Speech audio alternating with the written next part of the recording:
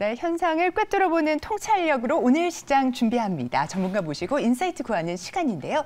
히로시마에서 사흘 일정으로 진행됐던 G7 정상회의가 어제 마무리됐습니다.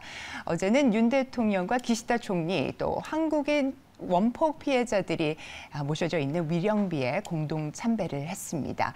연이어서 한미일 정상회담이 짧게나마 있었고요. 또 젤렌스키 우크라이나 대통령의 요청으로 윤 대통령의 취임 후 첫 한 우크라이나 정상회담도 있었죠.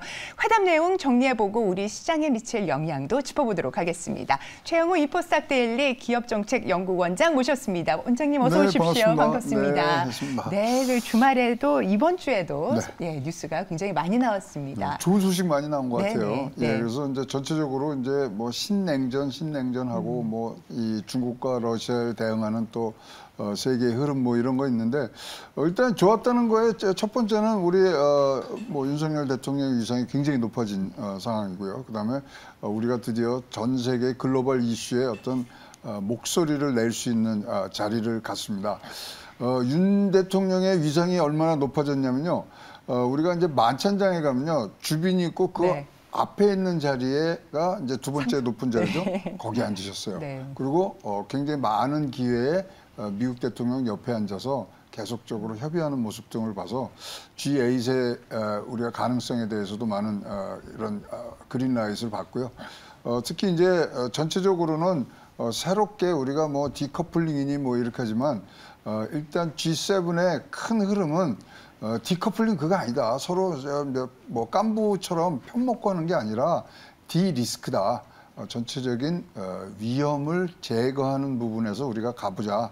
그래서 11개의 내용을 담은 이제 공동 성명의 커뮤니케가 나왔어요. 그래서 일단 러시아의 불법 침략부터 얘기를 해서 그다음에 글로벌 식량, 청정 에너지, 그다음에 G7에서는 최초로 1913년 이후 최초로 핵 군축에 대한 얘기가 지금 나왔고요. 그다음에 이제 아시아 태평양 지역 얘기 등등이 이제 나오면서 특히 이제 앞으로 나올 AI라든가 이런 또 미래 성장에 대해서 얘기들이 지금 굉장히 많이 논의가 된 그런 상황입니다. 네, 지금 전체적으로 G7 정상회의 후에 윤 대통령 또 우리나라 위상이 한층 더 높아진 것 같다는 말씀 주시면서 11개 항이 담긴 공동 선언문에 대한 말씀까지 주셨습니다. 그중에서 가장 좀 눈여겨본 부분이 있으시다면요? 일단은 뭐 전체적으로 경제가 안보, 옛날에는 안보가 경제였거든요. 근데 지금은 경제가 안보로 흐르는 그런 부분들이 지금 눈에 띄었고요. 특히 아까 말씀드린 대로 핵에 대한 얘기들을 G7에서는 잘 안 하는데 그런 부분이 나온 부분, 그다음에 특히 아시아 태평양 지역에 있어서의 어떤 전략적인 그런 목표 이런 것들이 나오면서 전체적인 글로벌 흐름에 있어서의 불확실성들을 없앴다는 부분들이 제일 좋고요. 특히 이제 우리나라에 대한 기대들이 많았어요. 그래서 윤 대통령이 K 라이스 벨트 그래서 이제 쌀을 어떻게 우리 뭐 아프리카에 주느냐 또 의료 지원 이런 부분들에 있어서 G8으로 그다음에 전체 글로벌 선진국으로서의 그런 면모들을 지금 갖고 있는 부분들입니다만 일단 회의는 잘 끝났습니다만은 아까 말씀드린 대로 또 이 공군망 새로운 공군망 이제 냉전 시대는 사실 눈앞에 와 있다고 보여지고요. 앞으로 어떻게 이제 편을 짜가느냐 뭐 쉽게 얘기해서 이제 누구하고 깐부를 먹느냐 이 부분들이 굉장히 이제 활발히 진행이 될 것 같고요. 서로 이제 자기 편으로 끌어들이기 위해서 많은 노력들을 한 것 같습니다. G7 정상회의의 논의의 중심에서 디리스크 말씀 주셨습니다. 불확실성을 없애는 것으로 굉장히 지금 논의가 초점이 모아졌다라는 말씀 주셨고요. G7 국가 외에도 이제 한국을 비롯한 신흥 8개국의 정상이 초청이 됐습니다. 자, 어떤 의미가 있을까요? 이게 이제 저희들이 뭐 이제 숫자상으로 한번 계산해 보니까 G7의 GDP를 따지면요, 전 세계 GDP에 29.9%밖에 안 됩니다. 얼마 안 돼요. 그러니까 힘이 없는 거예요. 근데 우리가 브릭스라 그래서 뭐 브라질, 인도네시아, 러시아, 차이나 뭐 사우스아프리카 넣으면은 얼마 되면 31%가 넘어요. 그러니까 일단은 뭐 힘의 어떤 균형에서 조금 더 많은 그런 지원국들을 모집하는 과정에서 G7을 중심으로 한 단일 대우를 한번 형성해봤다는 생각들이 굉장히 컸던 것 같습니다. 그래서 많은 나라들을 초청을 했고요. 특히 이 부분들을 잘 보시면은 중국과 러시아에 대항하는 경제 안전 보장에 대한 그런 세력들을 확보하는 그런 차원으로 지금 가고 있습니다. 그런데 그럼에도 불구하고 이제 중국과 러시아는 그래 G7이랑 한번 붙어야 되겠구나. 그러면서 중국은 또 따로 자기네들끼리 5개 중앙아시아 5개국 탄자로 끝나는 나라들 네. 5개국과 1대1로 맞부르지면 텐데요. 여기는 굉장히 중요한 함의가 있습니다.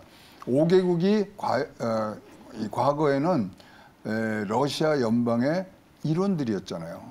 그러니까 중국이 러시아 연방의 일원이었던 탄자로 끝나는 나라들하고 지금 경제 및 안보 협력을 한다는 부분. 그다음에 지금 뭐 우리가 보도에는 잘 안 나왔습니다만 무슨 일이 그 사이에 벌어졌냐면요. 러시아가 중국에게 블라디보스톡 항구를 네. 쓰도록 했습니다. 163년 만에 처음 있는 일이에요. 그러니까 이런 부분들이 지금 러시아와 중국도 맞불 작전으로 가는 부분들이 있기 때문에 누가 편을 많이 가지고 자기들과 깐부를 만들어서 지금 이 전체의 흐름에 어떤 주도권을 잡기 위한 부분들이 있어서 신흥 8개국 초청 굉장히 의미가 이번에는 컸다고 보여집니다. 네, 이와 같은 이 패권 경쟁이 있어서 러시아와 중국도 가만히 있지 않고 새 규합에 나섰다라는 그렇죠. 말씀까지 주셨습니다. 네. 중국이 중앙아시아 5개국과 또 이렇게 만나고 움직임을 보이고 있다 주셨는데요. 자, 그러면 지금 미국 새로운 경제 질서 구축, 또 러시아와 중국의 견제 목소리 이렇게 말씀 주셨고요. 국제사회와 경제에는 또 어떤 영향을 미칠지에 대한 주요 부분들을 좀 짚어주시면 좋겠습니다. 네, 일단은 이제 미국 중심으로 뭔가 만들어질 것 같은 분위기였지 않습니까? 그래서 강인하고 신뢰성 있는 공급망에 대한 원칙을 얘기를 하겠다고 미국이 지금 치고 나온 겁니다. 네. 그럼 과연 이걸 어떻게 할 것인가? 그럼 뭐 기준이 있어야 될 거 아닙니까? 그럼 투명성, 다양성, 지속 가능성, 신뢰성 잣대로 만들겠다는데 네. 그게 아니고 누가 들어가느냐가 가장 중요하지 않습니까? 그래서 그러니까 새로운 공급망 냉정 시대는 개막이 되는 것 같고요. 일단은 이제 각국이 그러면 주판 하나를 굉장히 이제 튀겨 볼 거예요. 네. 그럼에도 불구하고 가장 이 중앙에는 첨단 기술이라는 절대절명의 무기가 필요하거든요. 그래서 일단 각자 도생의 얘기들은 많이 나오지만 일단 미국 중심의 강인하고 신뢰성 있는 공급망 이러한 주제를 갖고서 이제 이합 집산이 갖고 갈 거고요. 그렇다 그래서 옛날처럼 우리가 미국에 여기에 참여를 하겠습니다.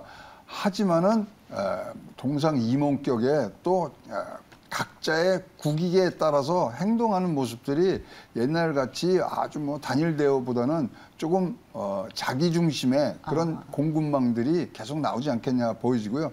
자기 국익에 굉장히 좋아진다 그러면 들어갈 것이고 아니면 양다리를 거칠 것이고 굉장히 복잡 다단한 그런 외교 관계의 형성이 앞으로 이제 전망이 되는 그런 부분이고요. 거기서 과연 우리가 어떤 식으로 이런 포지션을 갖고 가느냐 숙제들이 많을 것 같습니다. 네, 외교 관계가 이렇게 좀 복잡다단하지만 빠르게 움직였던 적이 최근에 또 있었나 정도로요. 그렇죠. 요즘 굉장히 뉴스가 많습니다. 그러니까 지금은 네. 진짜로 이제 외교전이 지금 붙는 과정에서 어떤 식으로 상대방의 국익을 네. 보장을 해주면서 우리 편으로 오느냐 고도의 전술이 필요한데요. 우리나라는 전가의 보도가 하나 있지 않습니까? 반도체. 네, 반도체를 중심으로 해서 초인류 하여튼 격차가 나는 기술을 갖고 있다면요. 우리나라를 갖고 있는 안보와 경제의 핵심으로 갈 수 있는 부분들이 있어서 그 부분을 어떻게 세계와 공유를 하느냐 이 문제라고 생각을 하고 있습니다. 관련해서 삼성전자가 일본의 첨단 반도체 거점을 네. 또 만들겠다라고 얘기를 하면서 한일 경제 동맹에 대한 이야기가 나오고 있습니다. 시장에는 어떤 영향을? 이 부분은요, 글로벌 생산 기지를 지금 옮기는 과정이라고 보여집니다. 지금 한국과 중국을 중심으로 했던 부분을 한국과 네. 일본으로 하겠다. 그러니까 뭐 잘 아시겠지만 뭐 인텔도 가서 한다, TSMC도 지금 일본에다 짓는다. 그래서 일단은 한국과 일본이 주도하는 글로벌 반도체 생산, 이 부분들은 지금 뭐 확정적으로 지금 움직이는 것 같고요. 그런데 이럴 때 항상 생산 기지가 리로케이션 될 때는요, 뭐가 기준이었냐면은 첨단 기술 확보였거든요. 그래서 이 부분들을 어떤 식으로 전개가 될 것인가.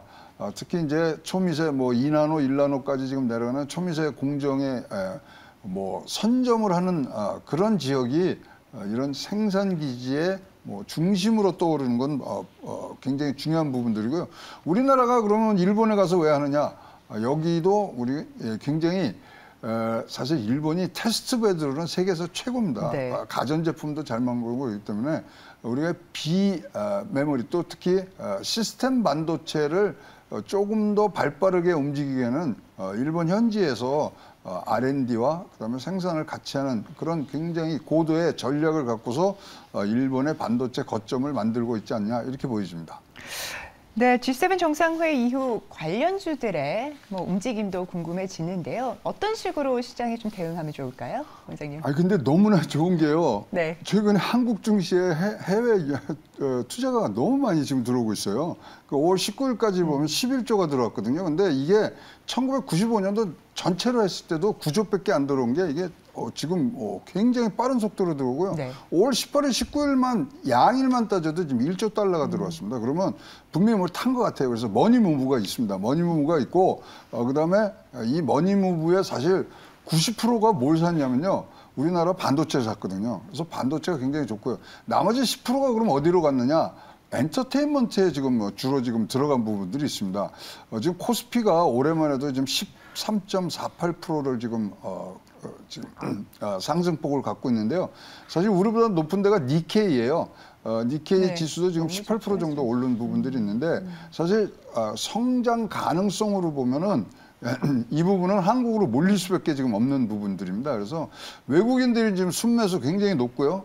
지금 기관하고 개인들은 지금 팔고 있는 부분들이 있지만 이 부분은 지금 상향 모멘텀을 좀 갖고 있기 때문에 제가 보기에 뭐 외국인 투자의 패턴을 본다면 반도체 그리고 이 K엔터에 굉장히 중심이 되고 있고요. 사실 지금 또 여기에 미국의 흐름까지 같이 올라오는 게 뭐냐면 원자재와 농산물입니다. 전 세계에 올해 엘니뇨의 발생 확률은 55%로 나왔거든요. 굉장히 높습니다. 그러면 이것으로 인해서 지금 올라갈 농산주와 원자재주 부분들도 여러분들이 전체 G7과의 관련주로 묶어서 여러분들이 공략을 하시면 좋은 수익률 나올 수 있다고 보여집니다. 네, 지금 외국인의 한국으로의 머니무브에 대한 말씀 주셨습니다. 뭐 현재까지는 90%가 지금 반도체에 집중되어 그렇습니다. 있고 나머지는 엔터 쪽인 것 같다라고 말씀을 주셨고요. 또 미국의 원자재, 농산물 관련해서 우리 시장도 한번 자세히 지켜보자. 요 모멘텀 장착한 것 같습니다. 네네. 그래서 이제 그런 거 있잖아요. 브라질에 비가 오면 스타벅스 주식을 사라는 얘기, 그런 얘기 들으셨잖아요. 네. 그 책도 나오고. 네. 이제 이렇게 해서 기후란 것은 우리나라 대륙 건너에까지도 굉장히 영향을 미치는 부분들이 있기 때문에 올해 엘니뇨 발생 55%에 대해서 여러분들 공부를 시작을 하셔야 될 것 같습니다. 네, 이렇게 해서 이번 주 우리 시장에 영향을 줄 주요 이슈들 깊은 통찰력 또 정세 해석해 주신 우리 최양호 원장님 오늘 말씀 대단히 감사합니다. 네, 고맙습니다.